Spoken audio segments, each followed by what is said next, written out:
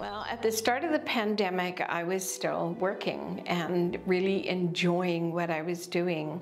I was part of a team, part of the management team that looked after seniors in a supportive and assisted living facility.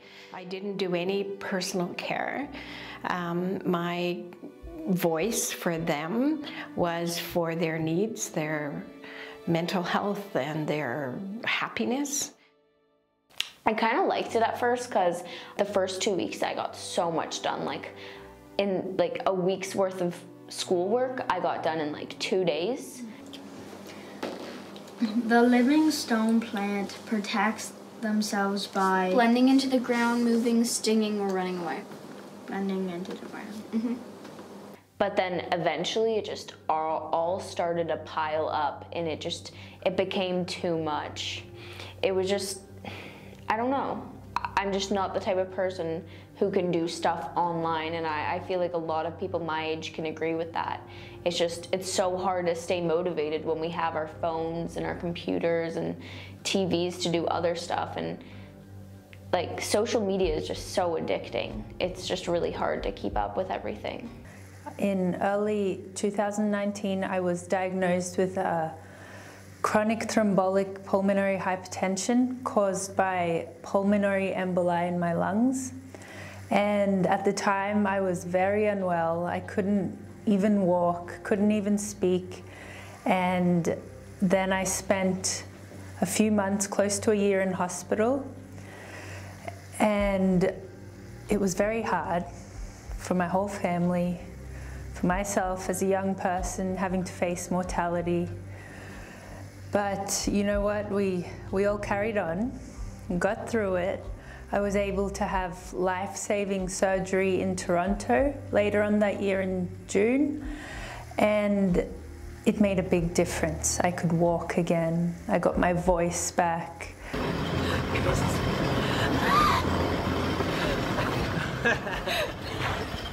It was challenging moving forward with COVID because the facilities themselves shut right down. There was no interaction with the residents. Everybody was kind of locked in. So, you know, there was a couple of ways of looking at how are you locked in, you know, you're forced to stay home. So I actually could not be a part of anything to do with work. Well, my husband has an autoimmune illness, so I couldn't really stay in my job, so it kind of forced me into retirement. No, if I have to do that again, that would be not fun. Like, I love dance so much, but when we were online, it just isn't the same. You're not with people. Like, dance is for dance, but it's also to like be there with other people and like move with their energy. And if I'm online, I can't really do that, and I can't connect with the people the same way. And it kind of just, it got a bit boring. The timing of the pandemic was just so unfortunate for like a competitive season for dancers. We got them on stage once, and it happened so quickly. So they were denied that season, that recital. And I knew that, you know, first of all, we had to give them that in some form. We had to see it out and finish the year. With anything in life that's giving me challenge, I always turn to dance. And so that's what I did when the pandemic hit. And there was no way I was stopping dancing. So I was very fortunate in the community that I live in. There's an outdoor yoga platform, and I opened up one-on-ones to work with young dancers one-on-one, and that was so special. Like, I'm gonna cry because it gave me that connection with people still outside my family and doing the thing that I love. And yes, the flooring wasn't ideal, but you just work with what you have, and you're grateful for the things that are there in front of you, and you just make the most of it, right? With joy, laughter, and happiness. But still, I cannot do any cardio, anything hard. I always have a countdown timer from when I leave the house because of my oxygen supply. And it's really hard for me because I grew up in Australia surfing, running, being very active. And prior to this, I was a snowboard coach and would deliver programs to girls and youth here in the Okanagan. And I loved my job and I loved working with kids. And after this illness, I just cannot do that anymore. So it's been very tough. And you can just, the only thing to do is to carry on. Forced retirement due to COVID was not an easy piece to swallow. It really wasn't. I think ordinary retirement comes with an easing out of a job. So maybe you cut back on your days, you cut back on your hours, but COVID stopped the process completely for me.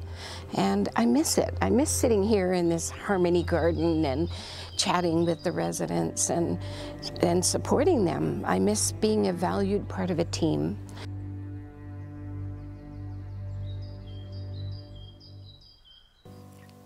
Throughout the 2 years, my goal of connecting with young dancers and keeping them inspired and engaged and keeping up with their dance training, that goal kept me going for the 2 years. That was my main focus.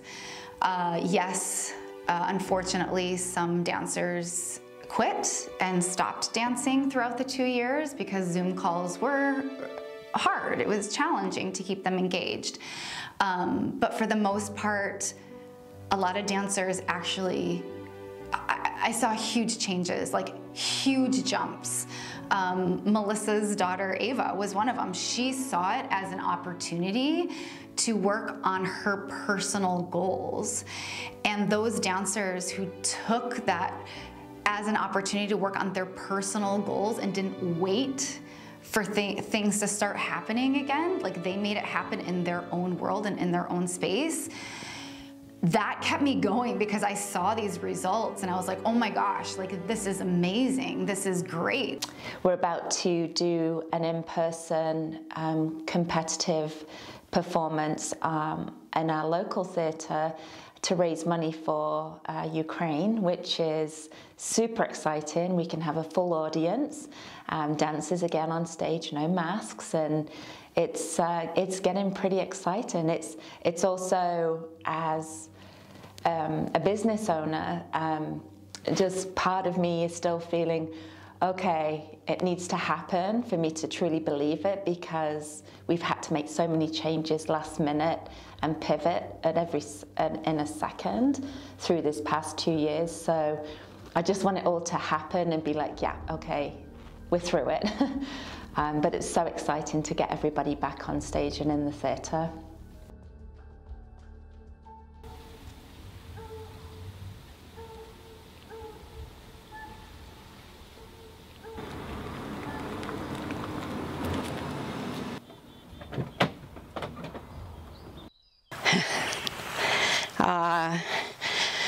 Now this is a beautiful spot. This area is where we had so many picnics, Canada Day celebrations, you know, with barbecues and ice cream and hot dogs. The residents loved it. It was always a time to come together and share not only the outdoors, but the friendship of all the different communities on this property. I miss that. I miss being with them, I miss seeing them, and I miss sharing in their wisdom. It's a beautiful, beautiful place. The year before the pandemic, in 2019, we had already adjusted to living a new life, being very careful, not going out to many places, because of my illness. So when the pandemic hit, it wasn't that much of an adjustment. We already had been living quite a recluse life, and it was hard not seeing family and friends and being scared of this illness that could kill you. But we just put our heads down and kept working. There nothing else to do but to keep going and to keep working.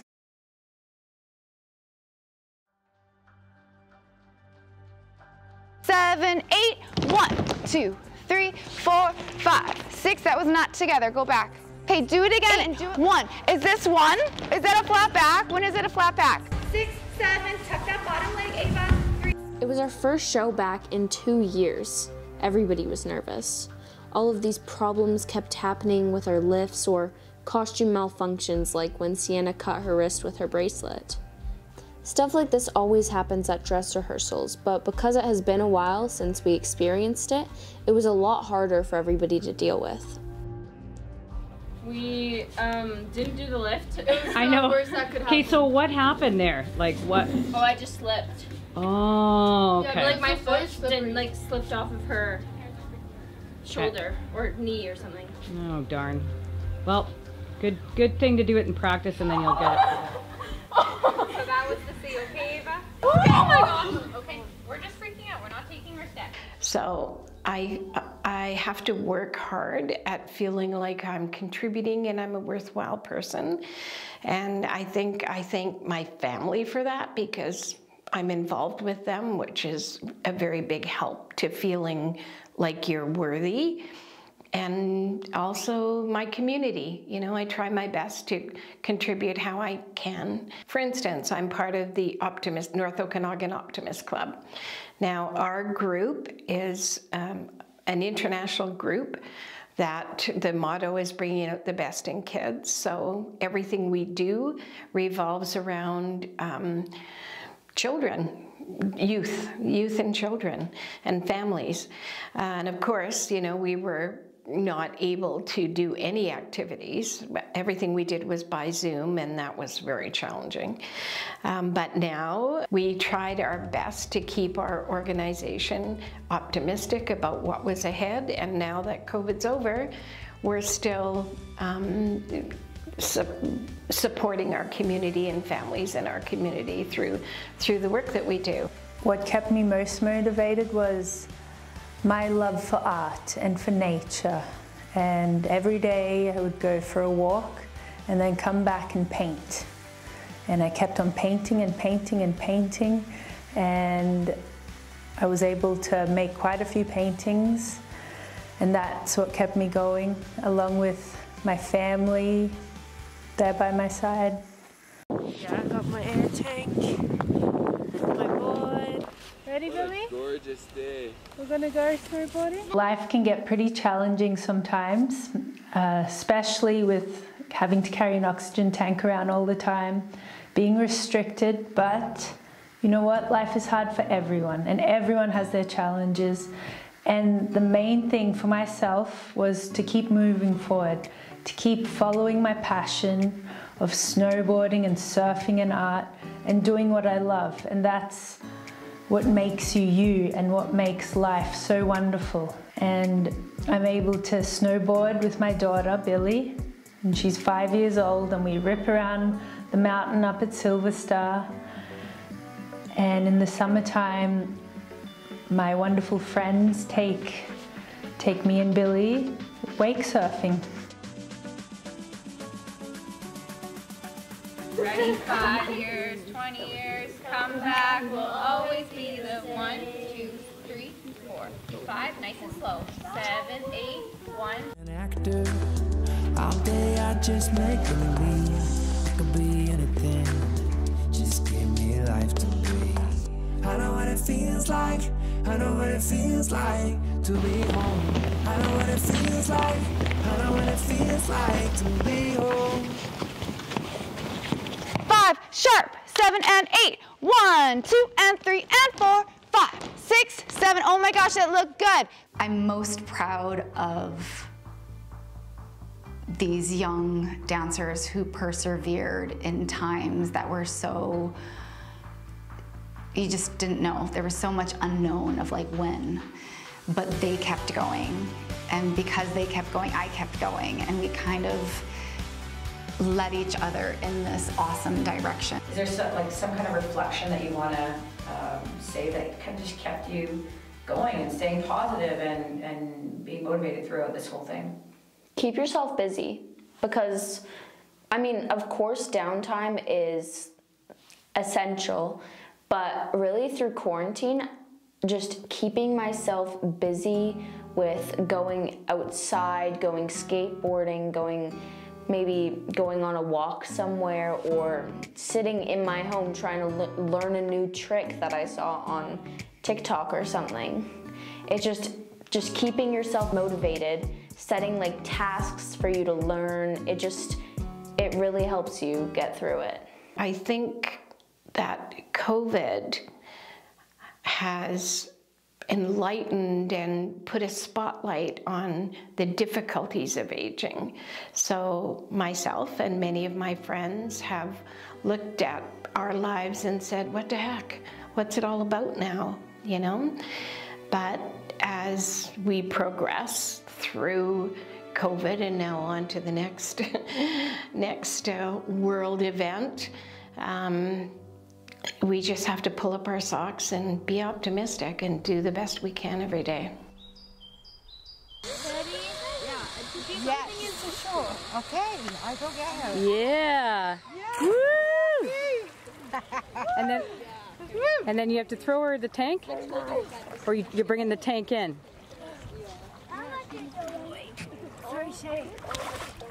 Thank you. Okay. 2020. It's easy to sit back and feel sorry for yourself, but that's just not the way to do it. You have to go out there and do what you can with what you have, and it will be great because it's all you have. So I'm able to do the two things I love along with art. And this oxygen has I see it as it's helped me to be able to do what I can do. Without it, I wouldn't be able to do what I can do right now. So I'm grateful that I can do it. And yeah, just makes me happy. It just showed everybody's vulnerability, like just what we were willing to do and what we dealt with to keep everything going. We made lemonade from lemons. When you're faced with challenges in life, if your mindset is, I can figure this out, it might just take time, then you're golden.